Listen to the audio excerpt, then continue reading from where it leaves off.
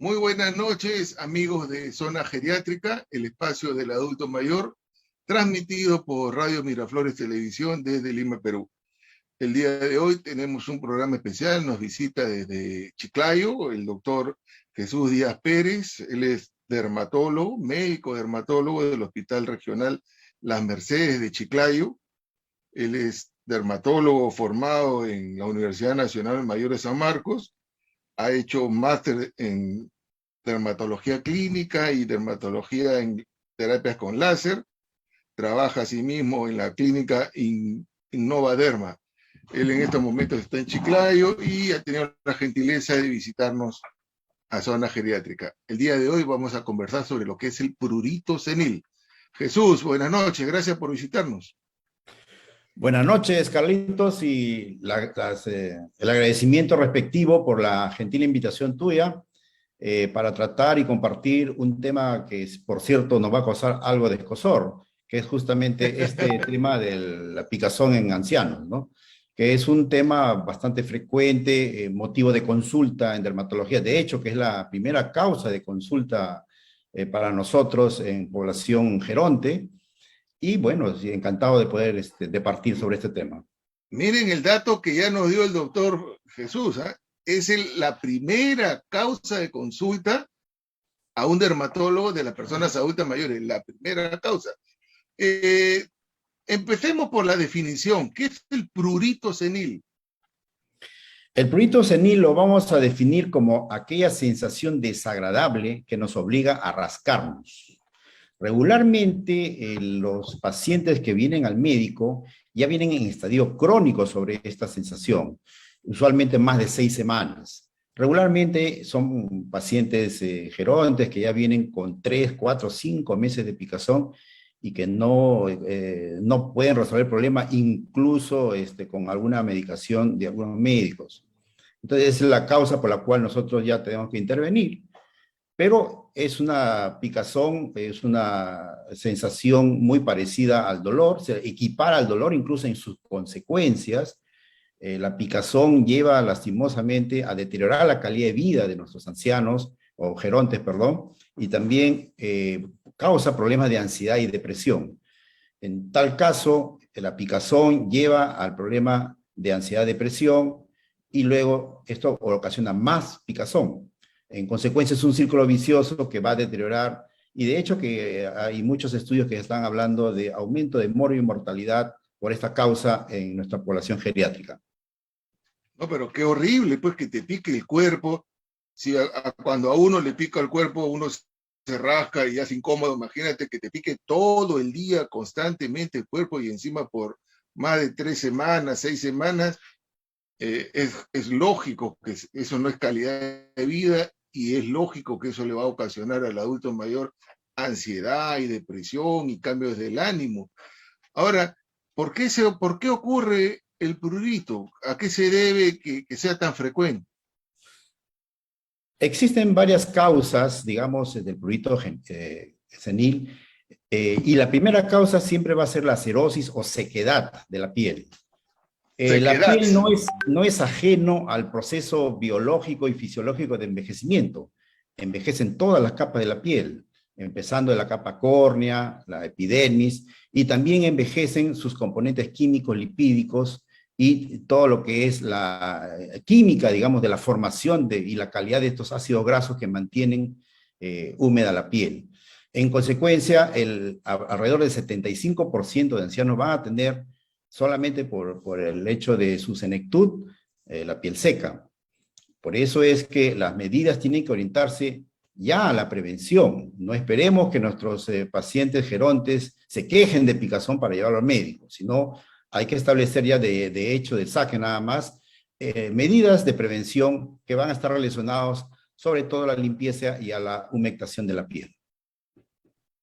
O sea que, como tú bien dices, es la sequedad de la piel producto del envejecimiento. Claro, por eso que también la gente se arruga, ¿no? La arruga por la pérdida de la elasticidad, del agua.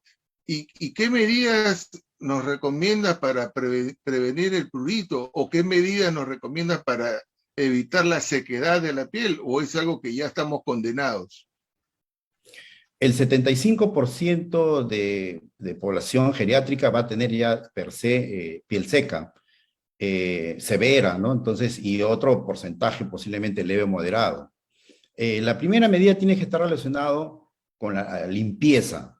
El uso de jabones de pH neutro, jabones neutros llamados que hay en el mercado, y de ser posible, cuando ya el cuadro es mucho más aparatoso, podemos usar jabones de ácidos o limpiadores ácidos sintéticos que se pueden conseguir en las farmacias para amenguar esta condición de piel seca. Lastimosamente nuestra población hace todo lo contrario. Cuando tienen un problema de picazón, siempre piensan que están infestadas de un parásito, un virus, un hongo, y recurren justamente a los jabones de bebé, por ejemplo, que ya se han demostrado que tienen un pH demasiado alcalino de 8, cuando nuestra piel tiene una acidez de 5, es decir, hay una gran diferencia en la acidificación de este producto, que al final va a terminar de resecar más la piel. Es común que nuestros pacientes nos informen de que lo que están usando son jabones para bebé, cuando lastimosamente estos no cumplen con esos estándares de cuidado de la piel geriátrica, que es muy parecido a la piel del niño. Miren, Luego, yo tenía la idea opuesta y probablemente mucha gente tiene esa idea de que los jabones para bebés son los más suavecitos y que son los que más se recomiendan. Y por ahí habré recetado de repente jabón de bebé, aunque yo generalmente receto el jabón neutro, como tú bien dices. Dime, ¿el neutro es el famoso jabón de glicerina o cuál es el jabón neutro? el jabón neutro por excelencia es el jabón de glicerina. Hay otros jabones que también, cuando uno va a la farmacia, los encuentra como jabones neutros. Hay marcas comerciales, ¿no? No es solamente el jabón de glicerina neutro, pero hay otro. El más conocido es el jabón de glicerina neutro, pero es el que más se indica en estos casos, no solamente, repito, como tratamiento en sí, sino también como preventivo. Y muchas veces la gente también recurre a los jabones de ropa. Entonces, en el pensamiento de que al limpiar agresivamente la piel, vamos a eliminar gérmenes, bacterias y hongos, y eso va a permitir una mejoría, cuando sucede exactamente todo lo contrario. El uso de los jabones de ropa van a modificar el pH de la piel, van a resecar la piel, van a debilitar la piel y lo van a predisponer incluso a otras dermatopatías como la micosis, que es necesario ponerle coto.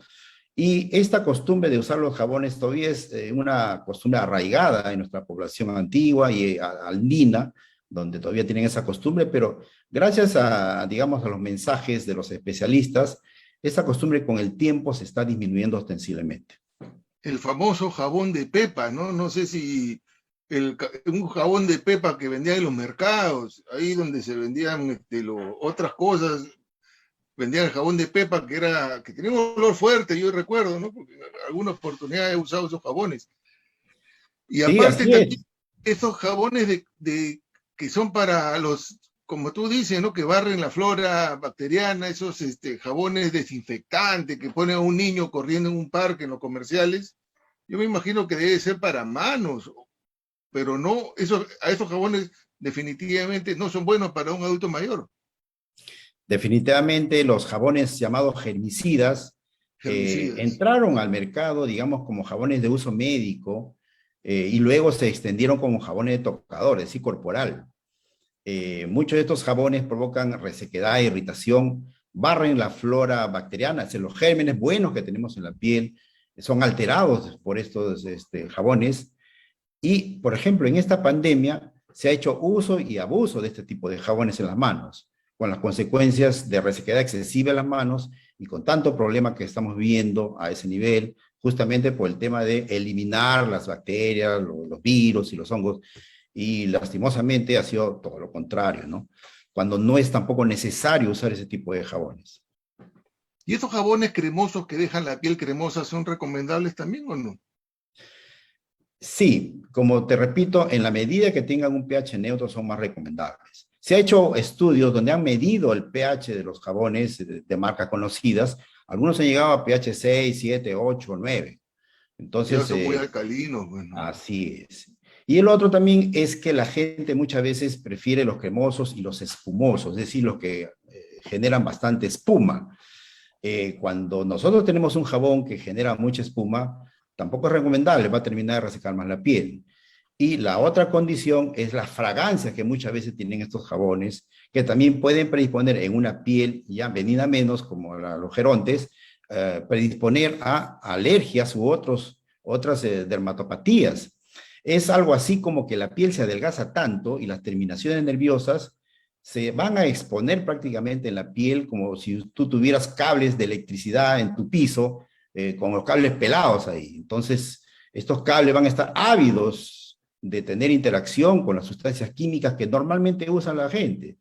Es común que, por ejemplo, las abuelas a veces tengan que atender a sus nietos, Recomendable lavar para la una persona ropa, adulta mayor, sin hacer claro, publicidad a ninguna marca, busquen jabones de pH neutro, ni muy ácidos ni muy alcalinos, pH neutro. bajo. Y claro, porque esos jabones que tienen perfumes, colorantes y un montón de sustancias químicas deben de dañar la piel.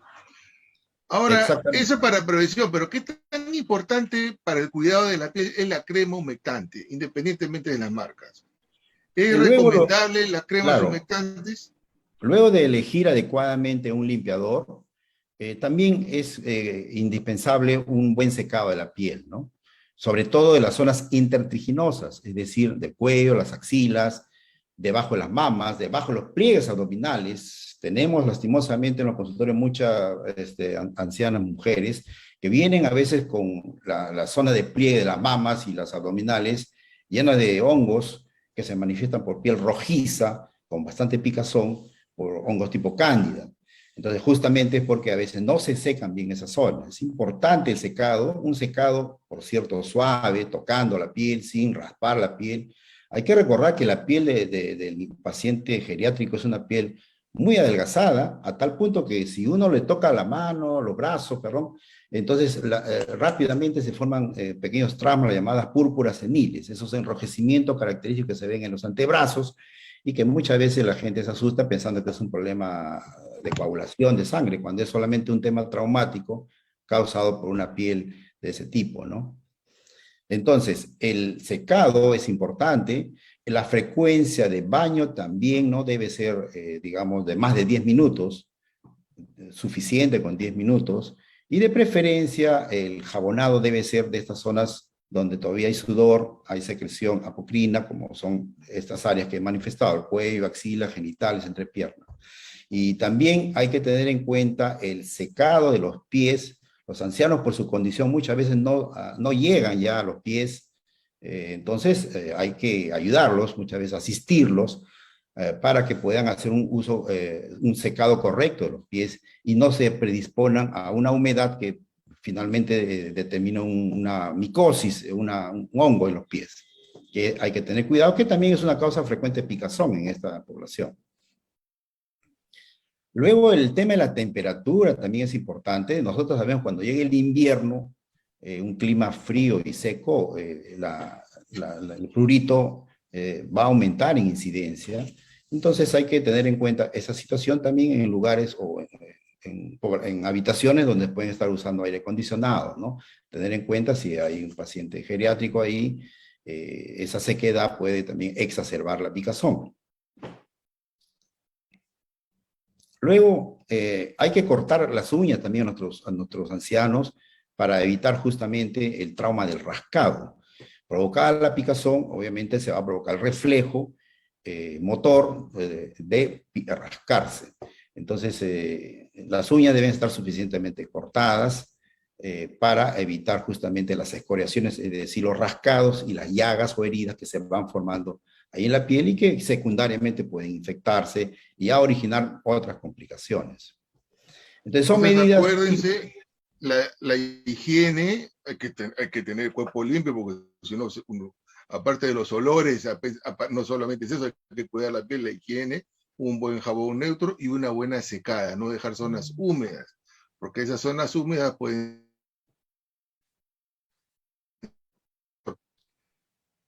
Después que viene, para cuidar la piel y mantenerla por lo menos no tan seca. Sí. Luego el uso de los emolientes e hidratantes es muy importante y podemos echar mano de cuestiones baratas, como los aceites, por ejemplo, que pueden humectar la piel con un costo bastante bajo.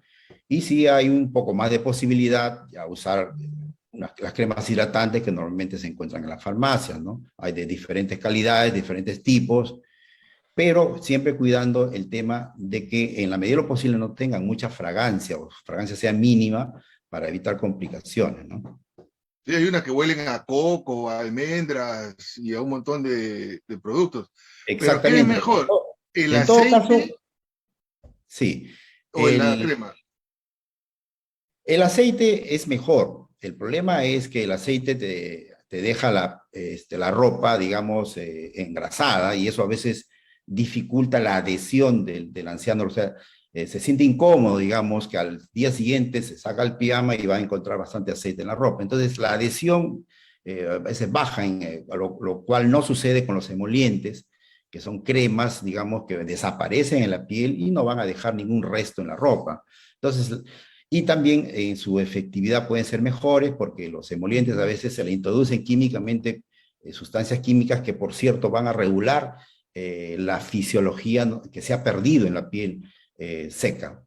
Entonces, si es que no hay nada, bueno, aceite puede ser, y si es que hay un poco más de recursos, se puede optar por estas sustancias emolientes e hidratantes que son fáciles de reconocer en el mercado, ¿no? Alguna vez vi que un dermatólogo recetaba glicerina pero ya era, yo me acuerdo que era un paciente que tenía la piel ya demasiado seco, parecían escamas, con el perdón, ¿no? Pero era como escamas de un pescado, ¿no? Es una cosa muy, muy desagradable.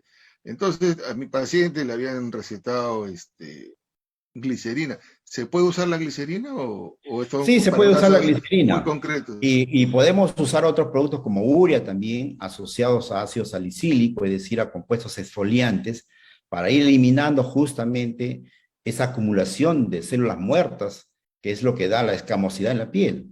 Entonces, de esa forma el resultado va a ser mucho mejor. Vas exfoliando y vas hidratando y vas consiguiendo una mejor sensación para el paciente.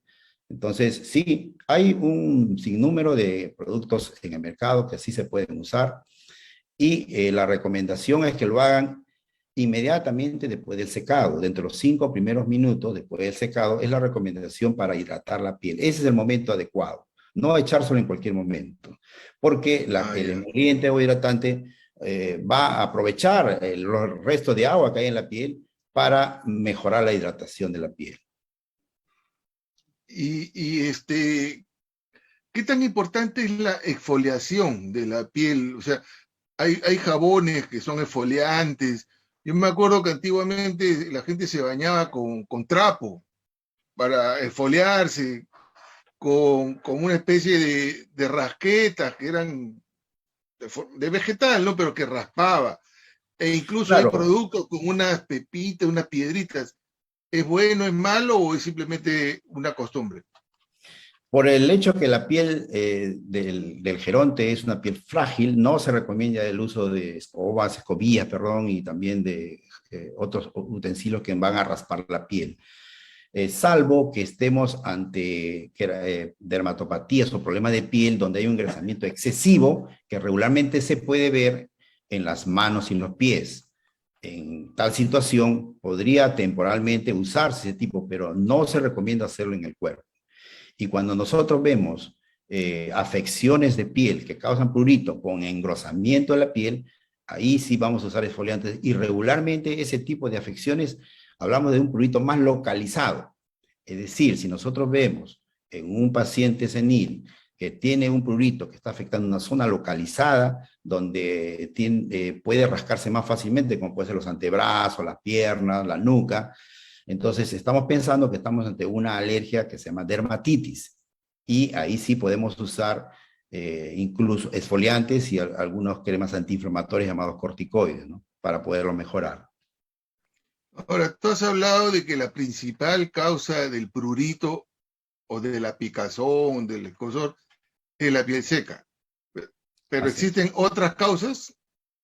Exactamente. Hay todo un otro grupo de pruritos asociados a enfermedades sistémicas, dentro de donde cae, por ejemplo, los pacientes con diabetes, con tiroides, problemas de hiper o hipotiroidismo, eh, problemas hepáticos, esos pacientes que sufren de cirrosis o tienen problemas en la circulación de las vías biliares, y también pacientes renales, pacientes con insuficiencia renal crónica y más aún los dializados, tienen altos niveles de prurito, llamado prurito urémico, uno de los más difíciles de poder resolver en medicina, a tal punto que este tipo de picazones no son controlables por los fármacos que los médicos usamos, sino hay que recurrir a otras terapias como la fototerapia, que es la aplicación de radiaciones ultravioleta B directamente en la piel para poder controlar este proceso.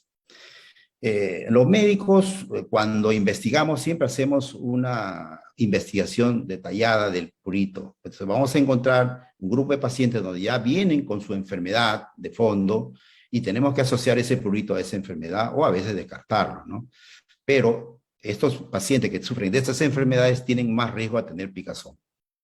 Sí, yo he visto pacientes con cirrosis, pacientes con uremia que tienen problemas de picazón. Y dime, y se les puede, aparte de lógicamente tratar la enfermedad de fondo, como se debe tratar la enfermedad, la diabetes, la uremia, pero ¿puede ayudar un antihistamínico para que pueda dormir tranquilo? ¿Se podría recetar, lógicamente con indicación médica? De primera intención, muchas veces usamos los antihistamínicos. Lastimosamente, los receptores de prurito que tenemos en la piel, en la gran mayoría son no histamínicos. Entonces, de forma tal que muchas veces un gran porcentaje de pacientes no se van a ver favorecidos por los antihistamínicos, porque No lastimosamente, le sirve, ¿no? así es, no le va a servir. Entonces, tenemos que echar mano de otros fármacos, donde están los antidepresivos, la gabapentina y otros más, para poder controlar ese prurito. Obviamente con bastante cuidado, porque muchas veces estos fármacos van a inducir al sueño a los pacientes y puede eso originar caídas y traumatismos. Hay que ser muy cuidadoso y hay que también alertar a los familiares para que no suceda esta situación, ¿no? Entonces, sí, hay un arsenal terapéutico que se echa a mano, pero no, lastimosamente, un porcentaje muy reducido de pacientes se van a ver favorecidos por los antihistamínicos. Ahora, tú has dicho de que hay problemas de pruritos que ceden concretamente a veces a algunos corticoides, ¿no? Que se echan a la gente. Pero yo, en mi práctica, sobre todo en el seguro, donde a veces damos las medicinas, y el paciente dice mi receta y quieren, y te exigen el corticoide porque dicen, no, este es lo único que me quita la picazón. Y yo le digo, señor, es corticoide, el corticoide no, uno no puede abusar del corticoide. Me dice, no, porque no lo estoy tomando. ¿Qué, qué tan peligroso, qué tan malo es del corticoide? Porque yo pienso que bien indicado no hay problema. Claro, la única indicación, digamos, precisa de los corticoides es cuando estamos enfrentándose a una enfermedad alérgica que se llama dermatitis, que regularmente en ancianos provoca un prurito localizado. Pocas veces vemos con un prurito generalizado en la dermatitis, salvo que sea una dermatitis inducida por medicamentos u otras patologías. Pero en la población, lastimosamente, se usan mucho los llamados polivalentes, las cremas polivalentes que tienen Esas acción. tres en uno. Esas tres en uno. Exactamente, los famosos 3 en 1, que si estamos nosotros ante una tiña, por ejemplo, un hongo en la piel, entonces vamos a empeorar porque justamente tienen corticoides, los corticoides deprimen las defensas naturales de la piel y van a hacer que esa tiña se empeore, ¿no? Entonces no van a conseguir una mejoría. Y es la primera cosa que la gente lastimosamente usa porque muchos van al dependiente de la farmacia a consultar, entre comillas, y el dependiente de la farmacia es el que le pone ahí el polivalente, la crema polivalente, muchos que hay en el mercado, que son conocidos, tan usados que a tal punto que muchos de ellos son ventas número 1 encima de las otras cremas, ¿no? Entonces hay que tener bastante cuidado en Y no se venden abusar sin del uso de los recetas, corticoides. sin nada. Sí, sí. Además, Ahora, sí, sí, dime, dime. el uso de los corticoides por tiempo prolongado puede adelgazar más la piel y provocar los efectos adversos de los corticoides, como las dilataciones de los vasitos y las atrofias y los cambios de color, se pueden volver blanco, etcétera. Hay que tener bastante cuidado en no abusar de estos productos, ¿no? Más allá de los 7 días, por lo menos. Claro, la piel se puede poner como papel cebolla. Yo he visto cómo se abre la piel en algunos pacientes muy mayores, de piel delicada, que tú lo has mencionado, ¿no? Entonces, ya hemos visto que hay una serie de medidas para mantener hidratada la piel. Y bueno, y tomar agua, me imagino, no deben de tomar agua para que se hidrate, porque los adultos mayores también tampoco toman mucha agua. Nos has hablado de los hongos. Yo quisiera abusar de tu gentileza y ¿por qué son tan frecuentes los hongos en las uñas de los adultos mayores? O en las uñas y en los pies. Porque en las manos de repente hay menos, pero en las uñas, y los médicos tenemos la mala costumbre, y yo le digo a mis alumnos, revisamos al enfermo todo, cabeza, cuello, tórax, todo, y el paciente con sus zapatos y sus medias, no le revisamos los pies. Y cuando por ahí ya están hospitalizados, tienen unas uñas que, Dios mío, qué feas. ¿Por qué? ¿Por qué ocurre tanta onicomicosis? Lastimosamente, la condición sine qua non para que se produzca una infestación, es decir, el ingreso de los hongos en las uñas, es que hay un desprendimiento de la uña. Usualmente en la parte más distal de la uña se desprende por pequeños traumas, pequeños golpecitos, o a veces también por el uso de los calzados ajustados. Entonces basta que sea un calzado ajustado y va a estar la condición mecánica que va a provocar la infestación del hongo. Es por eso que las uñas más frecuentemente, o por lo menos las que primero se van a afectar, son las uñas de los dedos gordos y las uñas de los dedos más delgados. Entonces, esas son las uñas que más se van a afectar, pero si el proceso sigue, se van a afectar finalmente todas las uñas. Pero también tiene que ver con un estado de inmunosenescencia, es decir, envejecimiento del sistema inmunológico de la misma piel. Esa inmunosenescencia, es decir, un envejecimiento de las defensas que tiene la piel, hace que sea más proclive a tener este tipo de afecciones, que por cierto hay que evitar. Y las hongos o las tiñas tienen un tratamiento específico en la cual no se pueden usar corticoides. Los pacientes muchas veces vienen a la consulta cuando tienen afección de las uñas pidiendo una crema para las uñas, y eso lastimosamente no es posible porque el tratamiento finalmente siempre va a ser con pastillas, porque la infestación del hongo no solamente está en la parte superficial que uno ve en la uña, sino también en la parte profunda hasta la raíz de la uña donde no se ve. Es por eso que el tratamiento siempre va a terminar siendo con pastillas, lo que llamamos tratamientos sistémicos. Y ahí sí tenemos que ser cuidadosos en elegir y personalizar el tratamiento de nuestros pacientes. En promedio, yo sé que acabas de dar una palabra importante, personalizar, no todos son iguales, pero en promedio, ¿cuánto dura un tratamiento de uñas del pie? De hongos de uñas del pie. En las manos puede durar 2 meses y en los pies aproximadamente 4 meses.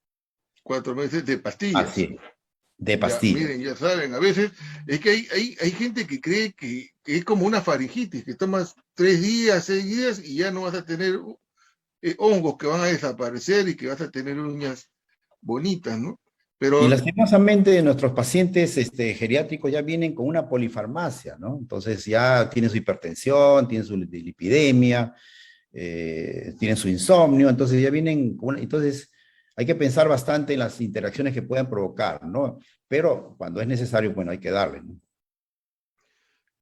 Pero estos spray, estos antimicóticos que vienen en lacas, como esmalte de uñas de pies o en spray, ¿podrían servir o no sirven? Se han hecho estudios con la piroxolamina, que es uno de los tópicos que se usan bastante, y per se sí pueden tener un efecto, digamos, ¿no? De ayuda, usualmente como coadyuvante. Entonces, una alternativa que quizás podría ser interesante es el uso de láser en las uñas para evitar justamente que el paciente incremente su polifarmacia, ¿no? Es un tema que también se está desarrollando bastante en dermatología, pero lastimosamente tiene el tema de los costos, ¿no? Bueno, el láser ya es otro nivel, son dermatólogos más preparados, que se han entrenado y que tienen encima el aparato.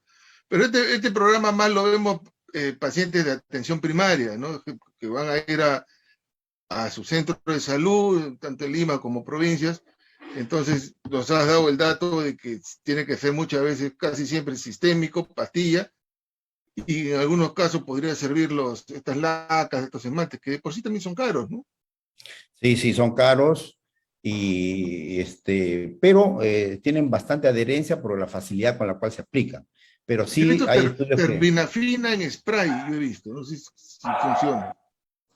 la terbinafina en spray en todo caso es para la tiña intertriginosa, es decir, para la piel en sí. Pero Para la piel. para la uña en sí, hay que usualmente recurrir al tratamiento sistémico, ¿no? Al tratamiento con pastillas, Ya, mejor. perfecto. Y quería comentarte también Entonces, ya saben, el otro sí, grupo sí, de pruritos son los llamados pruritos psicógenos. Es decir, y se ha visto justamente en esta pandemia, mucha gente que venía con picazón solamente por el estrés. Tanto el estrés como la depresión concomitantemente pueden tener prurito. Entonces, son los pacientes que uno los examina y muchas veces, a veces no ves ninguna lesión en la piel o lo ves con escoriaciones. Pero un gran porcentaje de pacientes geriátricos, y eso ustedes los geriatras lo saben mejor que nosotros, ya viven en esa condición de depresión.